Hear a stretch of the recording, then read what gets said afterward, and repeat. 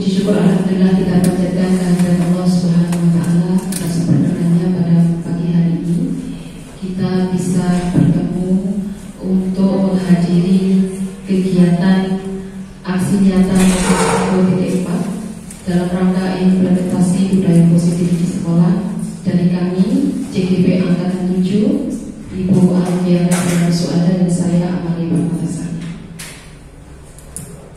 Salam dan salam semoga tetap tercurah kepada Nabi Muhammad SAW. Semoga kita mendapatkan syafaatnya kelak di yaumil akhir.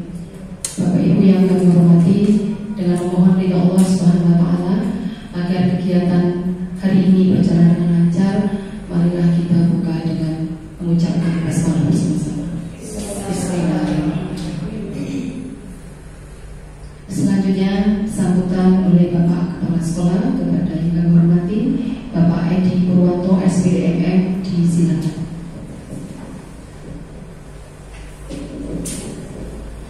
Assalamualaikum warahmatullahi wabarakatuh. Alhamdulillah, syukurlah, alhamdulillah. Pada jumlah CGP Bu Amalia dan Bu Alfi yang saya hormati, serta undangan semuanya yang bahagia, tidak lupa marilah kita memanjatkan puja dan syukur kepada Allah Subhanahu wa taala karena pada kesempatan kali ini kita bisa melaksanakan kegiatan diseminasi budaya positif ya. Bapak Ibu, untuk CGP kita masih ada 5 yang angkatan 5 3 yang angkatan 7 2 orang ini masih dalam proses. Bapak Ibu, semakin banyak CGP atau mengajar praktek PP di suatu sekolah itu akan meningkatkan level dari sekolah tersebut dari penilaian sekolah atau IKM. Jadi Bapak Ibu yang belum daftar, nanti kalau ada kesempatan untuk mendaftar CGP atau PP silakan segera mendaftar. Bismillahirrahmanirrahim. Assalamualaikum warahmatullahi wabarakatuh.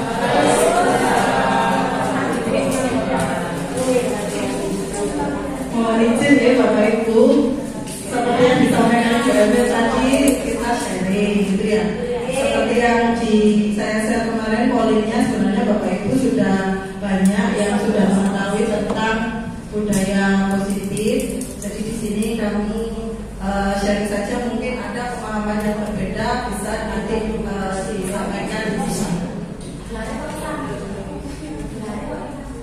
Oh iya, kurang. Ini kan slide yang kami tampilkan ini materinya kami adaptasi dari ini ya, profesor-profesor ini yang sudah ahlinya. Jadi kami mengadaptasi materi kita tentang budaya positif. Tadi Pak Edi memberikan komentar supaya kita bisa mengimplementasikan budaya positif. Tapi materi yang akan disampaikan setelah ini lebih mengarah ke penanganan kita ke siswa. Jadi budaya positif kaitannya dengan peserta didik, tidak ke Bapak Ibu guru. Ini tadi agendanya sudah disampaikan oleh Bu Amalia nih. Capaian pembelajarannya harapannya nanti Bapak Ibu bisa memahami konsep budaya positif, terutama tentang perubahan paradigma, stimulus respon dan teori kontrol, bagaimana membuat keyakinan kelas, kemudian tentang 5 kebutuhan dasar manusia yang mendasari tindakan kita, kemudian 5 fungsi kontrol dan segitiga restitusi. Agak banyak nih kebutuhan, nanti kalau kita waktu semoga tercapai. Nah, selanjutnya sebelum kita lanjut ke materinya,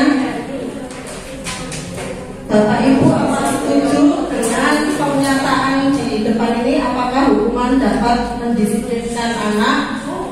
Apakah pemberian hukuman yang positif, kayak saya misalnya baca Quran gitu ya, atau bersih-bersih misalnya itu, bisa meningkatkan disiplin anak? Atau kalau kita memberikan penghargaan itu dapat meningkatkan motivasi belajar anak? Oke, sekian kalau memberikan pendapat karena silakan sekian.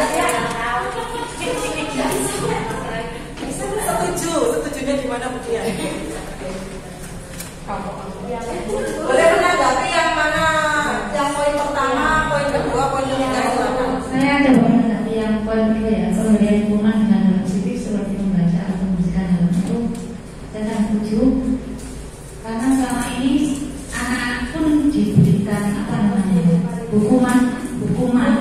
Sekarang dia sudah tidak melakukan, tapi karena besok-besoknya dia lupa dengan hukuman yang telah dia terima, melakukan lagi dengan kesalahan yang sama. Jadi setuju. Dengan yang poin kedua sangat setuju sekali. Mungkin ada yang berpendapat lain, Bu Ina.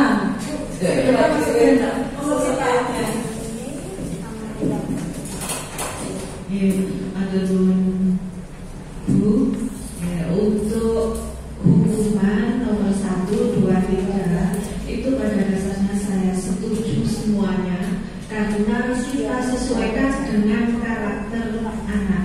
Kadang anak-anak perlu yang diberi hukuman mendisiplinkan, tapi tidak secara fisik.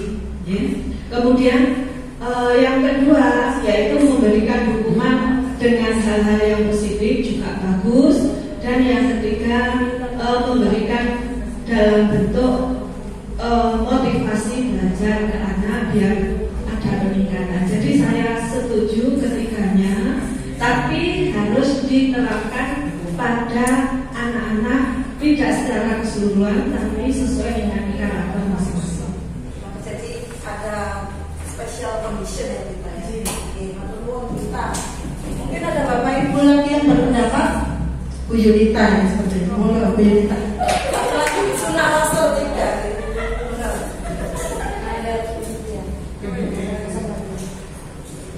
Ya, kalau menurut saya biasanya memberikan tanggapan yang tentang ketiga, yaitu tentang memberikan penghargaan dapat meningkatkan motivasi belajar anak.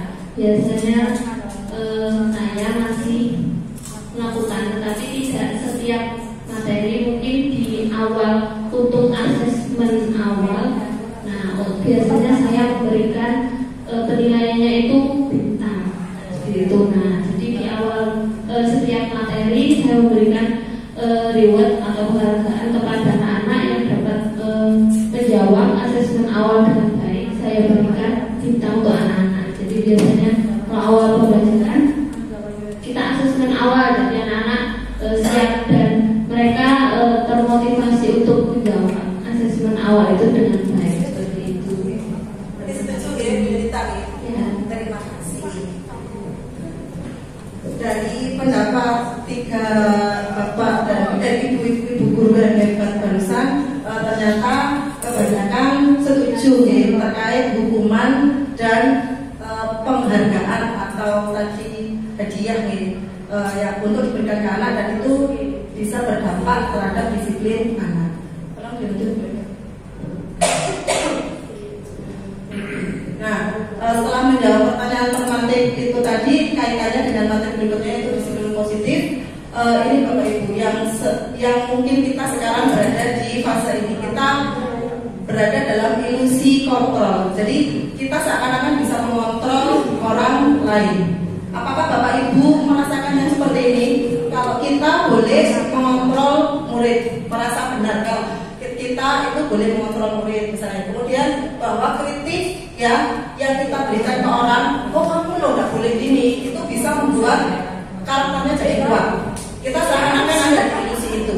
Kemudian bahwa juga semua penguatan yang positif memberikan motivasi, memberikan bintang, bukan motivasi ya, lebih ke penghargaan ya. Penghargaan memberikan bintang itu juga bermanfaat kepada anak. Dan kita juga terjebak di ilusi bahwa orang dewasa, kita guru, bisa memaksa anak kita atau murid-murid kita. Apakah kita semua merasakan di fase seperti ini sekarang? Yes. Iya. Bisa jadi ya, menurut teori kontrol ini kita terjebak di ilusi seperti itu. Nah, sekarang ada salah satu teori, yaitu teori stimulus respon atau teori kontrol. Ada dua ya, teori stimulus respon dan teori kontrol. Yang stimulus respon ini yang lama, yang pertama di mana kita bisa mencoba mengubah orang lain agar satu visi dengan kita. Kamu harus ini, misalnya. Ayo lakukan ini, nah gitu. Kemudian perilaku buruk itu dilihat sebagai suatu kesalahan. Misalnya anak lari-larian atau canda di kelas ya, ngobrol sendiri, itu salah, itu misalnya. Oke. Kemudian kita juga berpendapat kalau yang bisa mengontrol diri kita adalah kita sendiri dan kita tidak bisa mengontrol orang lain. Dan yang terakhir, ini kolaborasi dan konsensus ya, tanpa bujukan, tanpa paksaan, itu malah bisa menciptakan pilihan-pilihan yang baru, yang menguntungkan win-win solution ya, win-win solution baik pada kita sebagai guru dan pada muridnya. Ini tentang teori kontrol atau teori pilihan. Nah, berdasarkan teori kontrol tadi, yang perlu kita ubah juga ya, yang selama kita mindsetnya bisa mengontrol orang ya, bisa mengatur orang, kita juga harus merubah mindset tentang disiplin. Disiplin seperti yang ketika saya tanyakan ke anak-anak, apa itu disiplin? Anak-anak kebanyakan itu jawabnya taat peraturan, itu disiplin. Ya, datang ke sekolah tepat waktu, itu disiplin menurut anak-anak. Jadi kita selama ini miss tentang makna disiplin. Seakan-akan disiplin itu sesuatu yang berat gitu loh, seakan-akan. Padahal disiplin itu adalah terkenal dari bahasa Latin ya, yang artinya belajar. Disiplin itu membuat orang menggali potensinya menuju sebuah tujuan. Apa yang dia hargai, apa yang dia junjung, apa yang dia yakini. Namun dalam budaya kita ya, makna disiplin telah berubah menjadi sesuatu yang dilakukan seseorang kepada orang lain untuk mendapatkan kepatuhannya itu tadi, peraturan. Itu malah jadi pengertian disiplin yang sekarang itu tertanam di anak-anak. Jadi seakan-akan disiplin itu kaitannya dengan ketidaknyamanan, terus bukan sesuatu yang tujuan mulia. Jadi tidak enak disiplin kayaknya. Ya, nah, sebenarnya disiplin itu apa? Disiplin kaitannya tadi belajar ya dalam bahasa Latin tadi. Sementara menurut Ki Hajar Dewantoro kaitannya dengan jiwa yang merdeka atau kemerdekaan. Merdeka itu artinya tidak hanya lepas dari perintah, dari peraturan ya, perintah atau peraturan, tapi juga mampu cakap menurut pemerintah diri sendiri, ngatur dirinya sendiri, itu disiplin. Jadi tidak ada hubungannya sama orang lain sebenarnya. Disiplin itu kemampuan mengatur diri sendiri. Jadi Bapak Ibu guru nanti ketika menyampaikan ke anak-anak di kelas bisa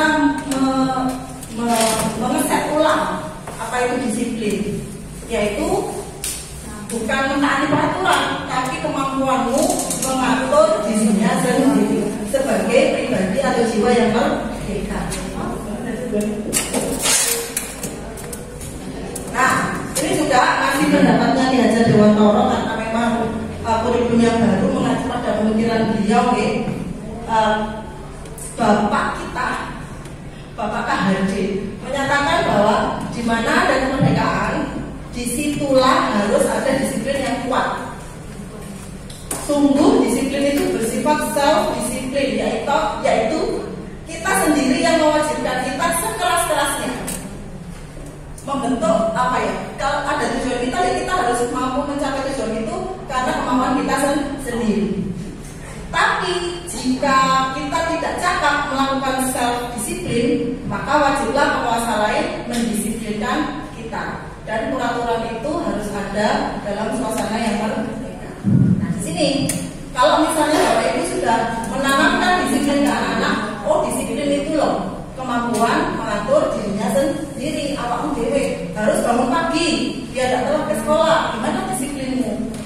Ya misalnya aturannya harus set alarm dan seterusnya. Itu yang harus kita tanamkan ke anak-anak. Dan jika sudah disampaikan berkali-kali anak masih belum bisa mencapai itu, Bapak Ibu guru punya hak istilahnya ya.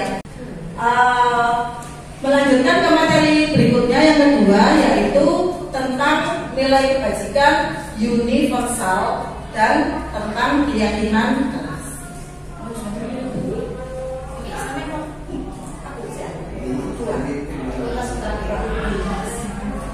Nah, ini tadi yang termasuk dalam yang terkait dengan teori pilihan dan teori kontrol tadi. Ada juga teori motivasi perilaku manusia. Jadi manusia melakukan suatu aktivitas atau sikap, ya, ada sikap yang dilakukan itu bisa karena menghindari hukuman, ya, atau menghindari ketidaknyamanan. Aku harus datang pagi karena aku tidak mau disetrap misalnya. Itu sikap tadinya anak itu datang pagi karena dia menghindari hukuman alasannya. Kemudian ada yang ingin mendapatkan imbalan. Misalnya di situ ada bapak ibu guru yang piket itu selalu memberikan ujian. Misalnya ketika ada anak yang datangnya pagi sekali atau tidak terlambat, kemudian datang, aku pengen datang pagi-pagi mas, supaya nanti bisa lapor Bu Yunita kalau aku datang pagi aku dapat bintang misalnya. Ya, alasannya datang pagi karena apa? Karena ingin mendapat ujian atau imbalan. Bisa seperti itu dasarnya. Bukan, atau alasan yang ketiga untuk menghargai diri sendiri. Jadi kalau misalnya tidak ada faktor luar, bukan karena Bu Yunita, bukan karena takut dihukum, tapi aku datang pagi karena aku ingin jadi pribadi yang lebih baik misalnya. Aku datang pagi karena aku menghargai diriku, aku melatih diriku untuk tertib misalnya. Itu adalah level yang tertinggi, yaitu teori motivasi yang ketiga, yaitu untuk menghargai diri sendiri. Teori yang pertama tadi menghindari ketidaknyamanan atau hukuman ataupun mendapatkan imbalan, itu termasuk motivasi eksternal dari luar, masih dilakukan karena ada pengaruh dari luar. Sementara yang ketiga, ketika anak sudah melakukan suatu aktivitas, suatu kegiatan karena menghargai dirinya sendiri, karena ingin menanamkan nilai-nilai positif dalam dirinya sendiri, itu adalah motivasi internal, dan itu yang jadi tujuan kita, menumbuhkan motivasi internal anak. Dan itu adalah jadi tujuan disiplin positif. Kalau dari motivasi internal sudah terbangun, maka insya Allah janjinya ya, teorinya ya, dia tidak akan terpengaruh lagi. Bukan kan ketika misalnya lampu merah, bukan karena mau merokok, karena takut kena CCTV misalnya, atau ya karena ini memang waspada, dia sadar, melakukan sepenuhnya dengan sadar, kayak gitu. Oke, itu tentang teori motivasi. Enggak menyinggung tidak. Oh iya. Ya.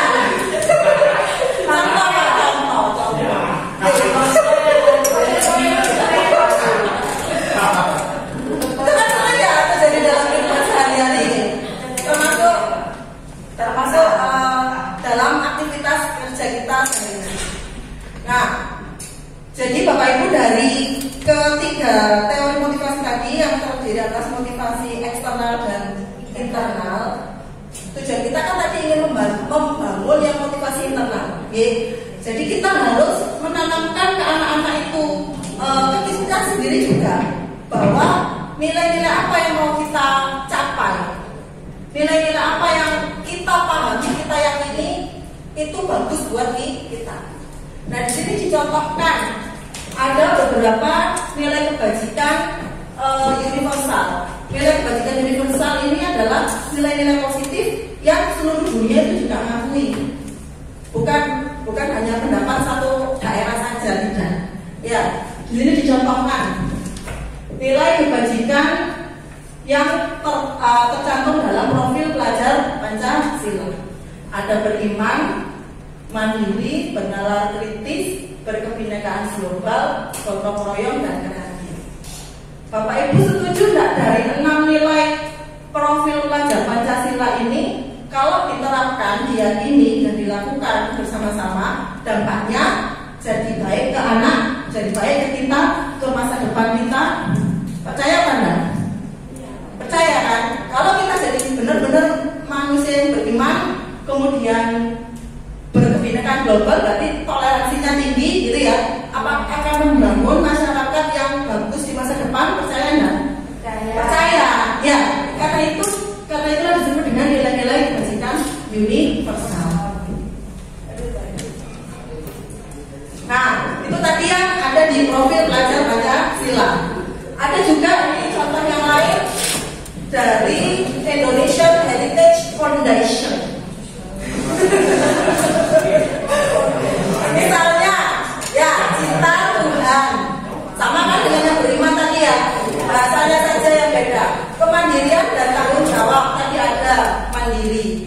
Kemudian jujur, amanah, diplomatik, ini termasuk juga dalam tanggung jawab sama kemandirian juga. Hormat, santun, ini toleransi ya, termasuk berkebinekaan global tadi.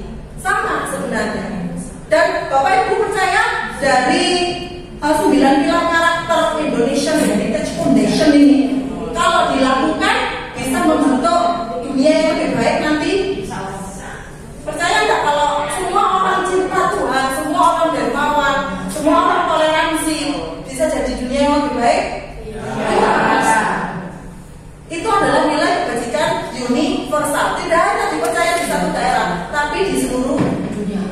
Itu maksudnya nilai kebajikan universal. Dan ini bisa kita pilih untuk membangun disiplin positif. Nilai mana yang mau kita angkat, yang mau kita tanamkan ke anak?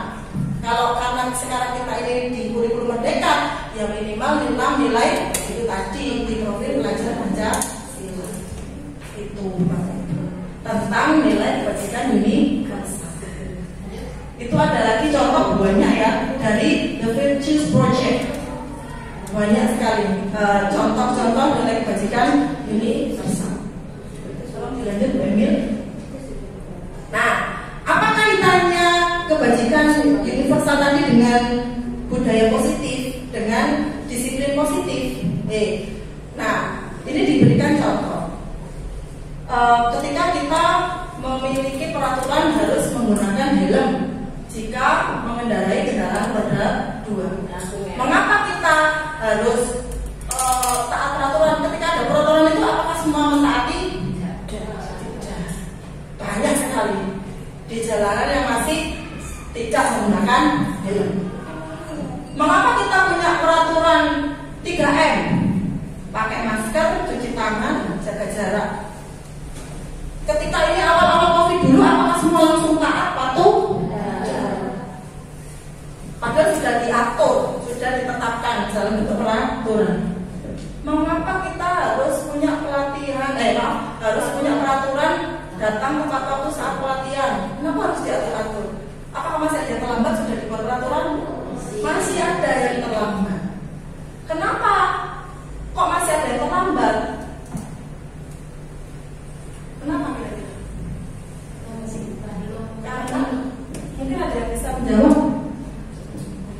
Sudah dibuat peraturan tapi kok masih ada yang melanggar.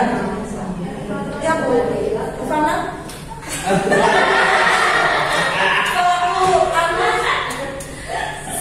Psikologi saya malu. Kenapa kira-kira kok masih dilanggar? Nah, peraturan dibuat untuk dilanggar. Topik sekali gitu. Cuman ini kembali kepada individunya. Masalah pelanggaran pada setiap aturan yang dibuat itu karena mungkin satu tidak hanya kesadaran diri. Kemudian yang kedua memang sengaja untuk melanggar. Jadi mungkin sengaja untuk melanggar ini mungkin dia juga punya tujuan lainnya. Motivasi tadi ya. Sabar, terima kasih. Terima kasih Bu Fana. Jadi menurut Bu Fana tadi yang pertama karena belum ada kesadaran diri. Belum ada kesadaran diri kalau menurut masing-masing ya. Nah, ada yang pola Y dan pola tabel T, tabel Y dan tabel T. Yang di sebelah kanan saya, kanan Bapak Ibu ini ada tabel Y, jelas ada sumbu Y di situ. Kemudian ada yang tabel T. pilih salah satu. Kalau menggunakan tabel Y, misalnya nilai yang dijunjung adalah nilai hormat, menghormati. Nilai yang diangkat adalah nilai menghormati. Terdengar seperti apa menghormati itu? Misalnya di situ ada yang bicara, yuk saya bantu. Nanti itu apa istilah? Secara indera ya. Ada beberapa anak di SD masih di fase C. Itu butuh dirasa dengan indera ya, memang ya. Bagaimana terdengarnya, bagaimana perilakunya yang tampak, bagaimana itu perlu dijelaskan.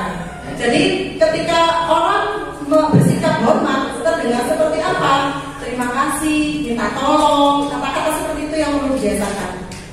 Terus perilakunya gimana? Orang yang bersikap hormat, tersenyum, bukan cemberut misalnya, tersenyum, kemudian memberikan salam, postur tubuh yang tenang, nggak tantang, misalnya kayak gitu.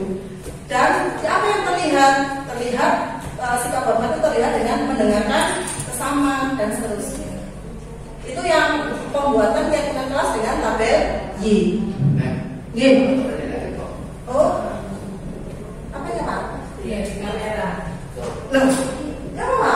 Nggak apa-apa dari Loh, kelihatan? Loh, sampai ada oh ya, oke, saya di sini. Nah, terima kasih. Berikutnya bisa dengan tabel T yang sebelah sini. Tabel T tampak seperti dan tidak tampak seperti ini juga bisa. Anak bisa melatih perbedaan. Untuk nilai hormat, yang nilai saling menghormati misalnya, tampak seperti apa nilai menghormati? Datang tepat waktu. Nanti menghormati bapak ibu guru misalnya, dianggap ya. Tidak hadir dan tidak tampak seperti hadir terlambat. Sikap yang hormat tampak seperti apa? Menyapa teman dan guru. Tidak tampak seperti apa? Acuh kepada guru. Jadi anak tahu mana ketika dia bersikap apa, dia termasuk yang menghormati atau tidak. Itu keyakinan kelas. Misalnya keyakinan kelas bekerja tadi ada ya nilai-nilai ketika kita mau berusaha atau bekerja. Bekerja itu tampak seperti apa? Tekun dan menyimak guru. Menyerahkan tugas tepat waktu. Tidak tampak seperti tidak acuh atau canda sendiri itu misalnya ya, dan tidak mengumpulkan tugas. Kita sudah pada materi ketiga. Ini yang paling asyik menurut saya dua materi terakhir ini. Ini pengalaman baru bagi saya khususnya dengan guru selama beberapa puluh tahun saya jadi guru. Baru kali ini saya mendapatkan materi tentang hukuman dan konsekuensi 5 posisi kontrol guru. Kita lihat lagi. Apa sih bedanya hukuman dan konsekuensi? Ya, apa perbedaan dari hukuman dan konsekuensi ini? Pertama itu hukuman, sesuatu yang menyakitkan harus terjadi. Biasanya anak kalau dihukum itu ingatnya itu seumur hidup. Konsekuensi itu sesuatu harus terjadi. Jadi imbas dari apa yang sudah dia langgar maka dia mendapatkan konsekuensi. Berikutnya hukuman itu membuat anak sakit fisik maupun hati untuk jangka waktu lama yang saya bilang tadi. Konsekuensi membuat anak merasa tidak nyaman dalam jangka waktu pendek. Hukuman anak membenci kedisiplinan. Jadi mungkin kita selama menjadi guru seringkali memberikan hukuman kepada anak sehingga anak itu menjadi undisiplin. Diberi peringatan tidak disiplin lagi, diberi hukuman tetap tidak disiplin. Mungkin ini yang membedakan mengapa kita memberikan hukuman. Maka setelah mulai dari materi ini, maka kita tidak boleh lagi memberikan hukuman kepada murid-murid kita, tapi memberikan konsekuensi terhadap apa yang dia langgar keyakinannya tadi. Berikutnya hukuman itu memaksa, sedangkan konsekuensi itu memberikan stimulus atau tanggapan sehingga anak-anak itu nanti menghargai disiplin. Berikutnya hukuman mendorong anak menyakiti diri sendiri.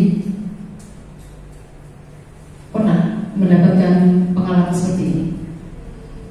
Sedangkan konsekuensi mendorong anak agar mudah menyesuaikan diri.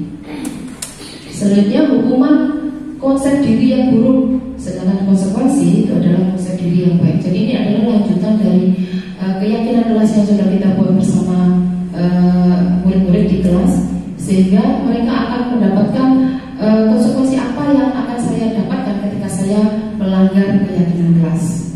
Jadi itu memang harus diutarakan di awal belajar, sehingga ada kesepakatan antara guru dan murid.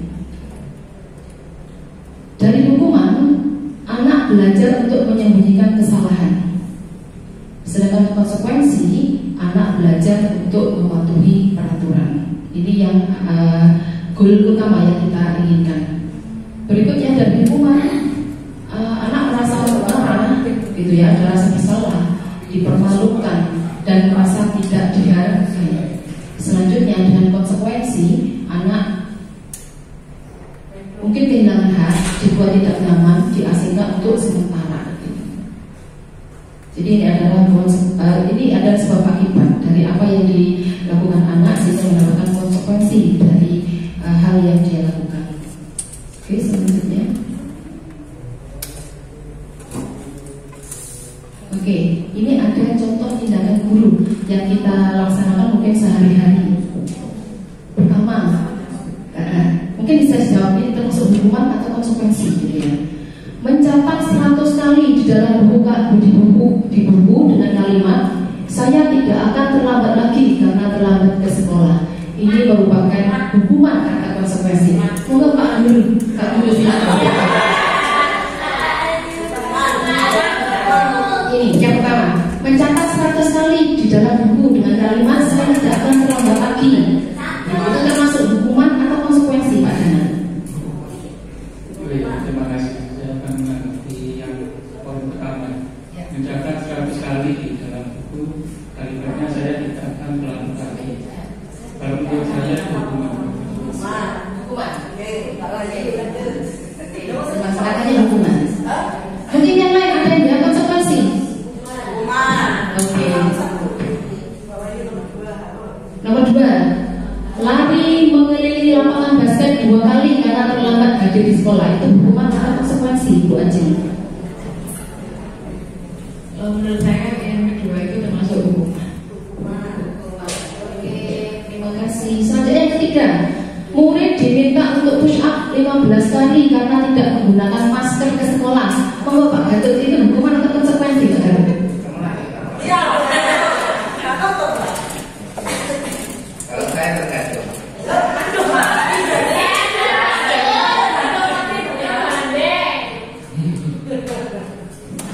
Ya, itu tergantung Bu. Ya. Ya, antara itu konsekuensi kalau 15 itu konsekuensi. Menurut Pak Gatot konsekuensi. Ya, bisa konsekuensi, bisa hukuman tergantung. Kan iya, jawaban tergantung. Hukumannya bagaimana kalau konsekuensi? Ya, boleh. Ketika itu dianggap sebagai hukuman, ketika itu menyakitkan, katanya itu. Kalau itu dianggap menyenangkan, konsekuensi. Ini kan tergantung si anak, si pelaku ini menangkap itu sebagai sebuah kesenangan atau kesakitan. Terima kasih Pak Gatot. Kita lanjut yang keempat, menggantikan kertas tugas teman yang telah dicoret-coret. Monggo Bu Ima, ini hukuman atau konsekuensi? Menurut saya itu adalah konsekuensi, karena setiap tindakan itu akan menimbulkan sebuah konsekuensi. Jadi ketika dia melakukan itu, mau tidak mau, dia harus mengganti, ya itu sudah konsekuensi. Terima kasih Bu Ima. Kita lanjut, membersihkan tumpahan air di meja tulis karena tersenggol pada saat belajar. Itu hukuman atau konsekuensi? Siapa ya? Bu Enda. Membersihkan tumpahan air di meja. Menurut saya itu merupakan konsekuensi karena sudah melakukan suatu salah. Oke. Terima kasih Bu Enda. Selanjutnya, murid disuruh untuk mengenakan sepatu seharian di sekolah karena tidak mengenakan sepatu hitam. Apakah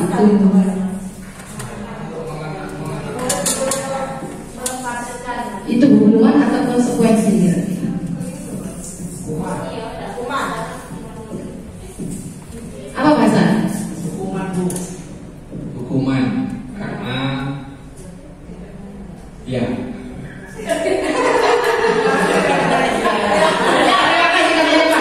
Hukuman gitu. Dan yang terakhir, lari mengelilingi lapangan basket 2 kali karena terlambat 10 menit untuk pelajaran PJOK. Itu hukuman atau konsekuensi? Mas sudah? Hukuman dia kan sudah melakukan suatu kesalahan dan tidak menaati tata tertib yang sudah tadi pelajaran PJOK. Oke, terima kasih. Mari kita buka kuncinya Bu Alfi. Oke, nasi belajar. Coba ini ternyata poin 1, 2, 3 itu hukuman. Mari kita nanti lihat ciri hukuman dan ciri-ciri konsekuensi.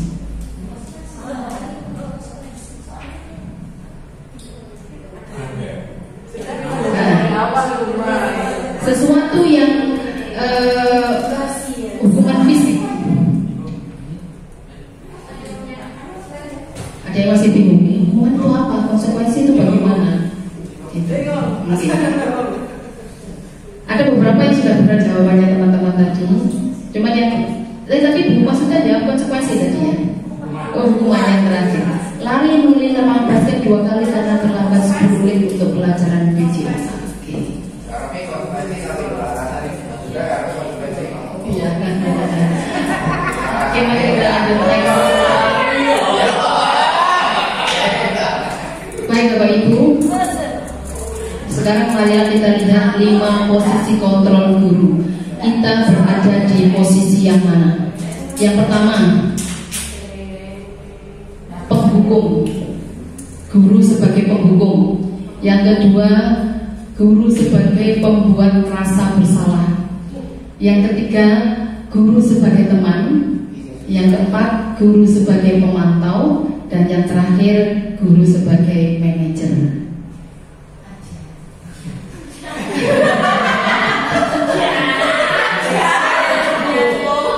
Oke, mari kita kupas satu persatu. Kalau guru sebagai penghukum, bagaimana biasanya itu yang terjadi?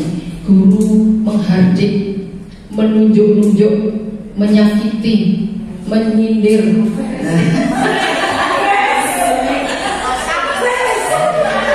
Atau berkata, kalau kamu tidak melakukannya, awas ya, rasakan nanti. Gitu, mengancam gitu misalnya. Hasilnya mungkin murid ada yang nurut, ada yang memberontak, menyalahkan orang lain. Muridnya jadi pintar berbohong. Karena kita seringnya begini. Awas kamu ya. Kaitan dengan dunia yang berkualitas, murid meletakkan guru di luar dunia yang berkualitas. Murid jadi takut sama gurunya. Karena gurunya seperti harimau. Murid akan berkata, biarkan saja, nanti juga marah-marah lagi kemudian.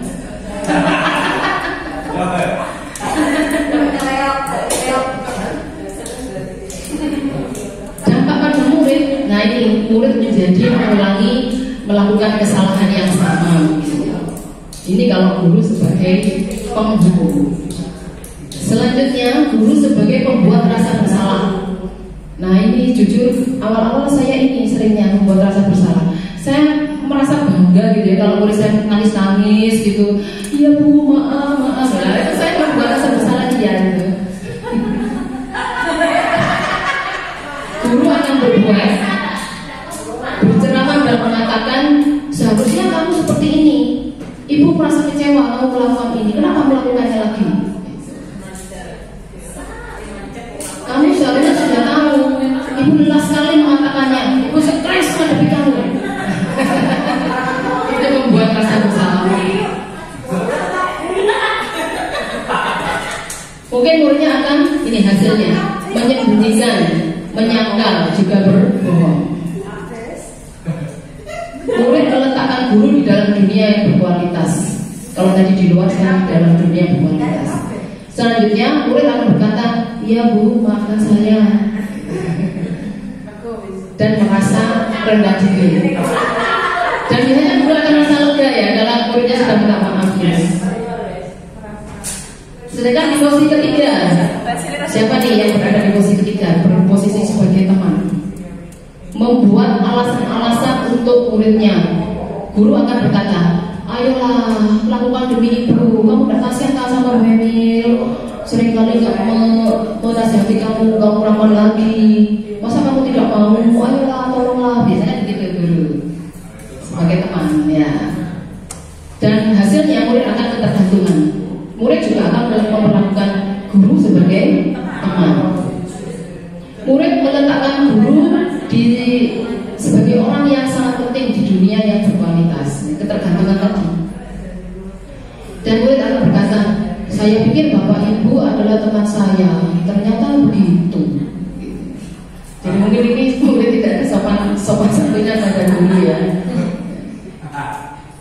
Dan tampak pada murid lemah, murid jadi lemah, tidak mandiri dan tergantung kepada guru. Selanjutnya di posisi pemantau ini, guru berposisi menjadi penghitung-hitung dan mengukur. Nanti akan berkata kepada muridnya, kamu tahu apa peraturannya? Seperti itu.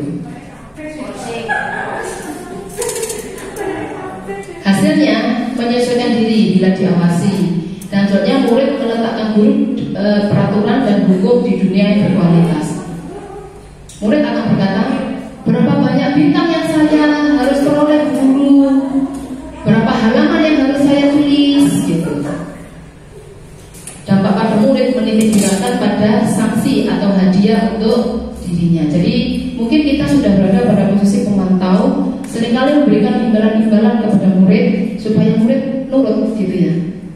Nurut dengan apa yang kita inginkan, gitu. Dan akan memperlakukan sanksi jika melanggar dan hadiah jika sudah melakukan yang terbaik. Dan terakhir ini yang posisi kontrol yang paling ideal, yaitu posisi manajer. Guru akan mengajukan pertanyaan-pertanyaan dan berkata, apa yang kita yakini, apa yang bisa kita kerjakan untuk memperbaiki masalah ini. Hasilnya, maka murid akan menjadi pribadi yang kuat. Berikutnya akan meletakkan guru sebagai individu yang positif dalam dunia yang berkualitas. Berikutnya murid akan berkata, bagaimana caranya saya bisa memperbaiki keadaan ini. Nah, dampak pada murid mengevaluasi diri, bagaimana cara memperbaiki diri.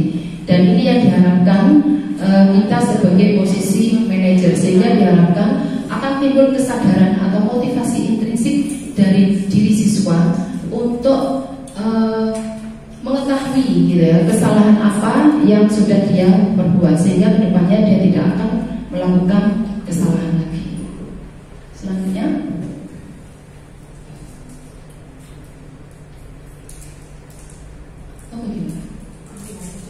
contoh ini ya, contoh pernyataan, saya kecewa sekali dengan kamu. Terus yang mengatakan membuat orang merasa bersalah. Ini contoh di posisi guru mengatakan ini, posisi membuat rasa bersalah, penghukum, teman, pemantau, manajer, penghukum. Ini biasanya mengatakan kalimat-kalimat seperti ini kepada muridnya.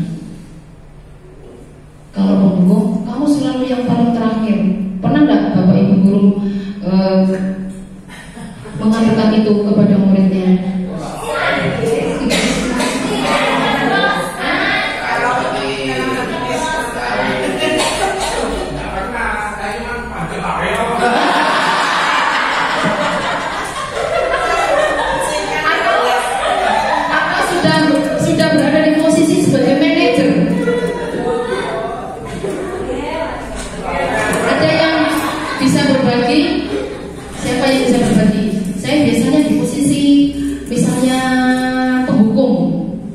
Kira-kira hasilnya bagaimana ketika berada di posisi penghukum itu?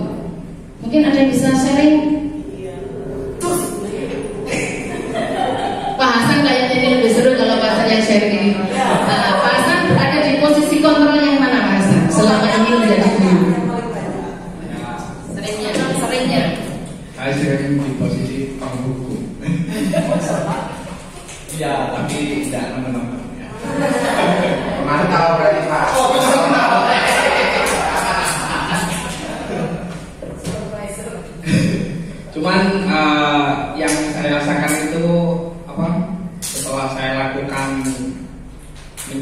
mengingatkan anak-anak itu mereka tetap berbuat. Dan itu yang saya merasa di penghukum, tidak tahu. Walaupun saya tidak memberi hukuman, tapi saya memberi stimulus mereka tetap berbuat. Gitu. Hasilnya belum nampak hasil yang baik gitu. Belum. Ya. Oke, terima kasih Pak Hasan. Kata Pak Hasan tadi di posisi penghukum dan masih belum nampak hasil yang positif dari siswa. Mungkin ada yang punya pengalaman lain Pak Gatot menjadi di posisi yang mana Pak Gatot? Kalau paling lama memantau, kalau teman sudah tidak realistis, tidak mungkin saya kemudian menemani anak-anak. Tapi biasanya kalau saya dari di pemantau Pak Gatot. Pemantau itu paling lama tuh anak-anak nakal lah, orang pintar.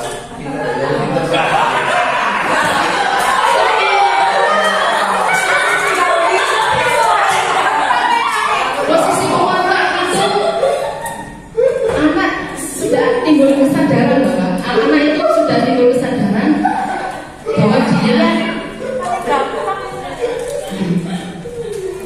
sudah bisa menyesuaikan diri. Anak itu sudah bisa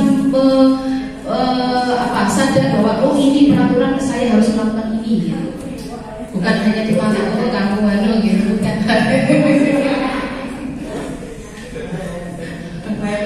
Ya. Tergantung situasi dan kondisi. Yang sering dilakukan Putri di posisi yang mana? Tergantung situasi dan kondisi. Yang paling sering. Kalau paling sering sepertinya ya penghukum itu.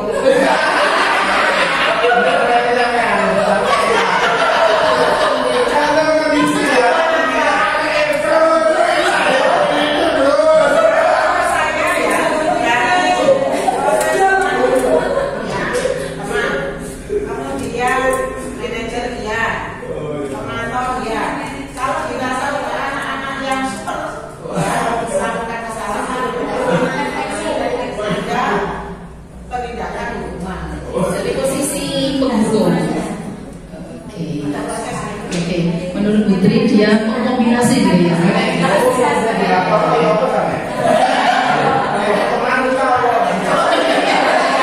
Mengkombinasi posisi kontrol menurut Putri. Terkadang dia menjadi teman, menjadi pemantau, menjadi manajer.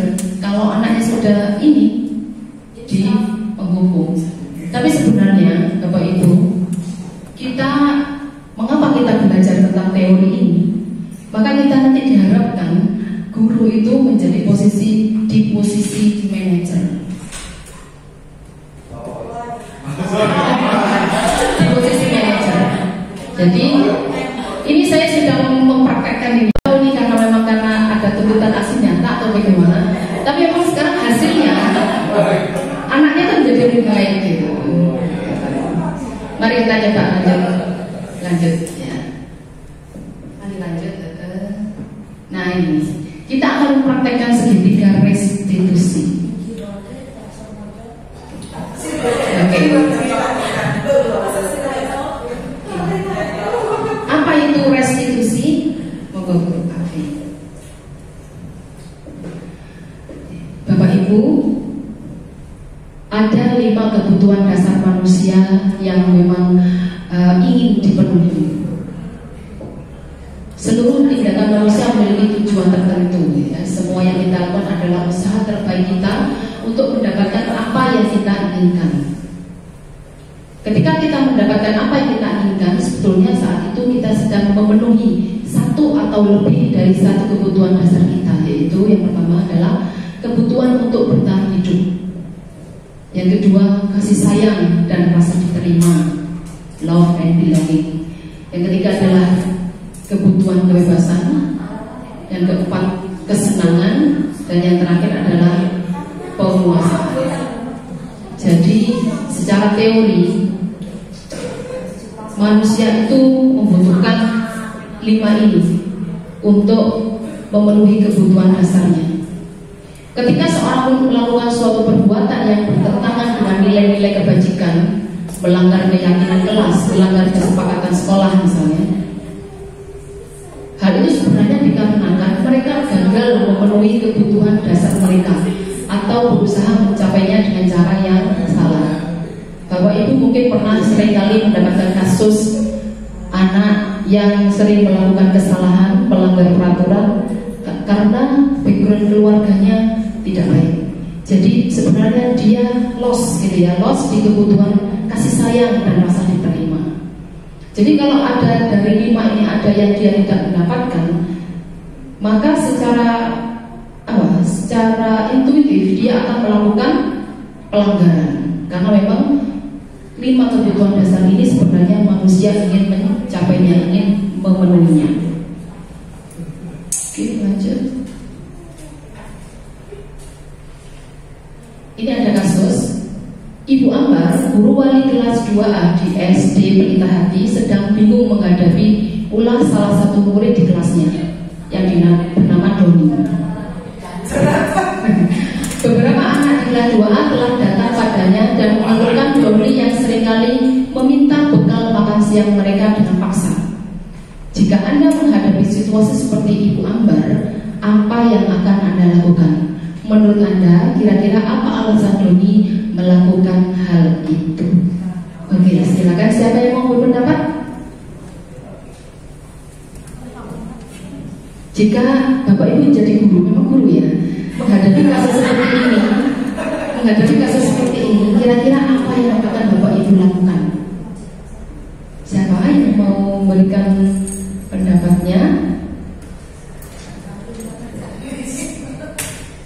Putri.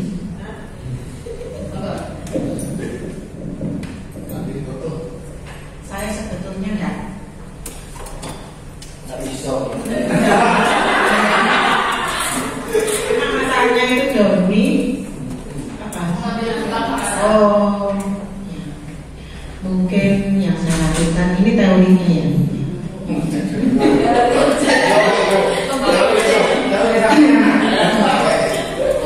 Mencari dulu informasi latar belakang si anak, mungkin dari keluarganya dulu. Setelah mengetahui latar belakang anak dari keluarga, misalkan ternyata anak itu memang orang tuanya tidak mampu, hanya sarapan saja sulit, gitu. Nah, ini menjadi permasalahan kita yang harus diselesaikan. Mungkin itu jadi ya mencari solusinya, yaitu mungkin ya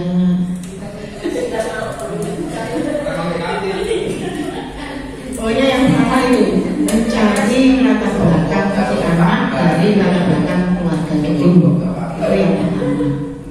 Yang kedua,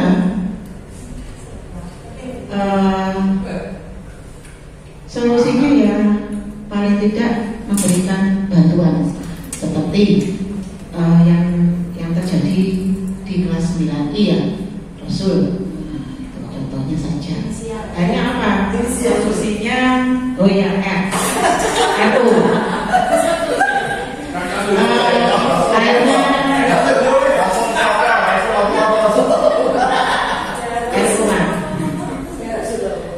akhirnya ada solusi, yaitu bantuan makan di kampung. Seperti itu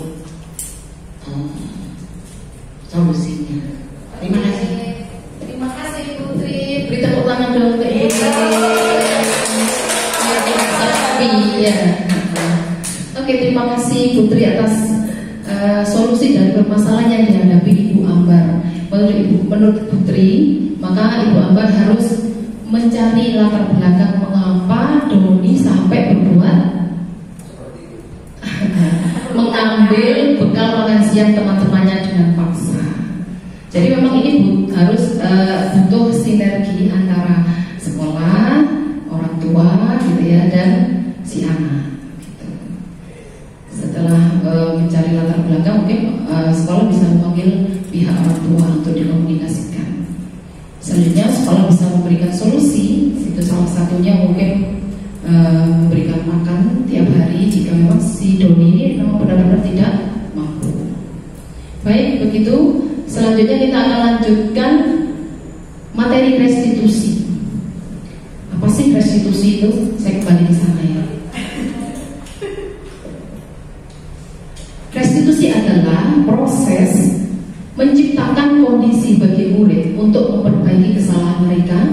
sehingga mereka bisa kembali pada kelompok mereka dengan karakter yang lebih kuat.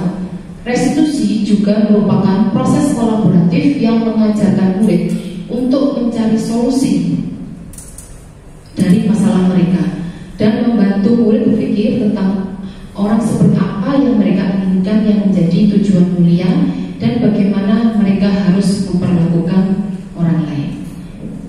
Bagaimana prosesnya? Next. Oh ya, sebelum itu ini ada ciri-ciri restitusi. Yang pertama, bukan untuk menebus kesalahan, namun untuk belajar dari kesalahan. Ini bagian dari yang tadi ya, posisi kita sebagai manajer. Bagaimana kita memposisikan kita sebagai manajer, langkah-langkahnya seperti ini. Melakukan restitusi kepada murid. Yang kedua, memperbaiki hubungan, ciri-ciri restitusi. Yang ketiga, tawaran bukan paksaan. Yang keempat, restitusi menuntun untuk melihat ke dalam diri. Restitusi mencari kebutuhan dasar yang mendasari tindakan. Restitusi diri adalah cara yang paling baik. Fokus pada karakter, bukan tindakan. Restitusi fokus pada solusi, bukan fokus pada menyalahkan kesalahannya. Dan yang terakhir, restitusi mengembalikan murid yang berbuat salah kepada kelompoknya sehingga kembali berbuat benar. Nah, ini adalah proses segitiga restitusi. Langkah pertama kita melakukan restitusi adalah yang pertama adalah menstabilkan identitas. Bahwa setiap orang pasti pernah melakukan kesalahan.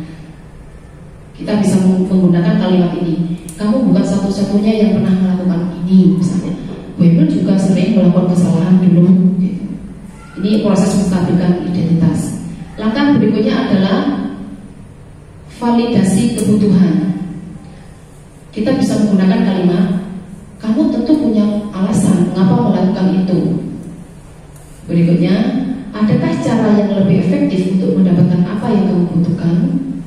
Jadi ini diajak ngobrol, anak-anak sebenarnya kepinginnya apa. Di proses validasi kebutuhan. Dan proses terakhir, menanyakan keyakinan. Nilai-nilai apa yang telah kita sepakati kemarin waktu di kelas gitu. Terus berikutnya, kamu ingin menjadi orang seperti apa? Baru kita mengarahkan menjadi pribadi yang lebih baik. Jadi kita menghubungkan dengan keyakinan kelas yang sudah dibuat bersama teman-temannya. Oke, lanjut.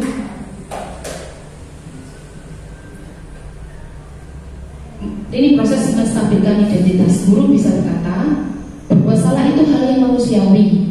Tidak ada manusia yang sempurna. Bapak Ibu juga pernah berbuat salah. Kita pasti bisa menyelesaikan permasalahan ini. Atau Bapak Ibu tidak tertarik untuk mencari tahu siapa yang benar, siapa yang salah. Bapak Ibu lebih tertarik untuk menyelesaikan masalah. Kalau kamu menyalahkan dirimu sendiri terus-menerus, kamu bersikap baik pada dirimu sendiri, jadi proses menstabilkan identitas. Jadi menenangkan si anak yang berbuat kesalahan. Berikutnya, validasi kebutuhan. Pada dasarnya, setiap tindakan manusia tujuannya adalah memenuhi kebutuhan dasar, apakah itu penguasaan, kebebasan, kasih sayang dan rasa diterima, kesenangan, atau bertahan hidup. Guru bisa berkata pada proses ini, kamu bisa saja kan melakukan hal yang lebih buruk, tetapi kamu tidak melakukannya. Atau kamu pasti punya alasan mengapa melakukan itu. Apa yang penting bagi kamu? Kamu boleh tetap berusaha menjaga sikap itu, tapi tambahkan sikap yang lain yang baru. Atau maukah kamu belajar cara lain untuk mendapatkan apa yang kamu butuhkan tanpa harus memukul? Apakah kamu bisa melakukan dengan lebih baik besok lagi? Jadi proses validasi kebutuhan di sini murid akan menjawab unek-uneknya gitu ya. Apa yang sebenarnya terjadi? Gitu. Jadi kita tidak menjudge tambah menyalahkan gitu, tapi mengarahkan gitu. Guru posisinya mengarahkan, menuntun. Oke, selanjutnya yang terakhir, proses yang terakhir adalah menanyakan keyakinan. Guru bisa berkata, apa nilai yang kita percaya di kelas atau sekolah kita kemarin sudah kita buat di kelas misalnya gitu. nilai-nilai universal apa yang telah kita sepakati. Biasanya murid akan sadar, ini Bu kemarin menuliskan tentang menghargai teman misalnya. Kelas yang ideal itu seperti apa sih? Kamu ingin menjadi seperti anak apa? Apa yang kamu rasakan ketika kamu melakukan itu? Kamu menjadi orang yang seperti apa? Nah, di sini biasanya anak akan jujur.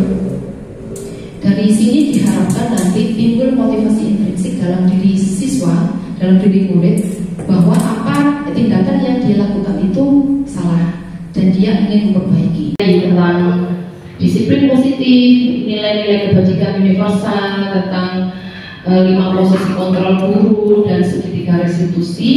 Selanjutnya kita melakukan refleksi. Hal baru apa yang mengubah paradigma saya, paradigma panjenengan semua tentang ini,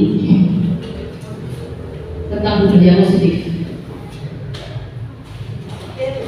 Apa yang menjadi sesuai pertanyaan itu? Hal baru apa yang mengubah paradigma Bapak Ibu setelah mendapatkan materi ini?